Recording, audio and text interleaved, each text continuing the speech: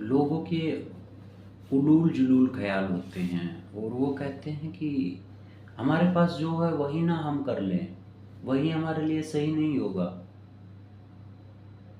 देखो, एक रखी हुई मूर्त को पूजना आसान है, बने बनाए देवता को पूजना भी बहुत आसान है। देवता को रचना बहुत कठिन है और देवता में वो भाव डालना भी बहुत कठिन है।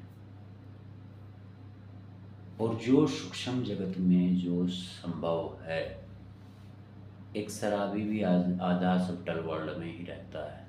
यहाँ भौतिकता से तो उसके पैर लड़खड़ाने लगते हैं। और एक लेखक को देख लो, लिखेगा, कुछ सोच रहा होगा, दिमाग में रच रहा है, सामने से कुछ भी आता जाता रहे, उसका तो मन हटा हुआ उससे से। या कोई पेंटर है या कुछ भी है, मतलब एक आर्ट लाइफ में आवश्यक है ना। जो उलूल जुलूल बात का जो जवाब है वो ये जवाब है कि लोग ये कहते हैं कि स्पिरिचुअल पाथ को कंप्लीट करने के बाद क्या, अरे टिक मार्क हो तो गया कि आपका कंप्लीट हो गया है, आपने अपना ब्रह्म सत्य भी जान लिया, ब्रह्म फूट गया आप में, आप अज्ञेय ब्रह्म के समीप हो गए। अब आप किसी नाम से भी पुकारो, क्योंकि वो अनाम है, तो वह आपके नाम पर भी उतना ही प्रभावशाली है जितना औरों के नाम पर है, क्योंकि नाम एकमात्र मखौटा है। ईश्वर, अल्लाह, गॉड, खुदा। अब जब मेरी कोई आइडेंटिटी है उसको मैं थ्रो आउट नहीं कर सकता और वो नहीं होती, तो इसमें कोई और बोल सकता है? इसमें कोई और बोल ही नहीं सकता। उसके लिए ये चेहरा मुखौटा कब होगा?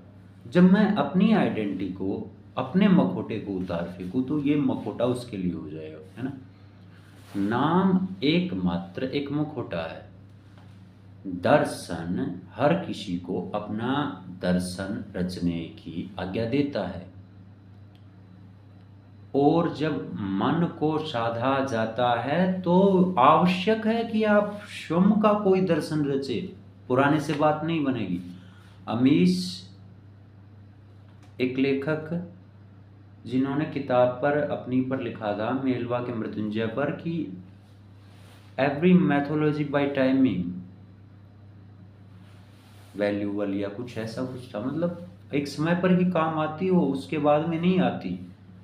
अंतिम सत्य वो नहीं है जो कह दिया गया कि हम कह रहे हैं अंतिम सत्य है।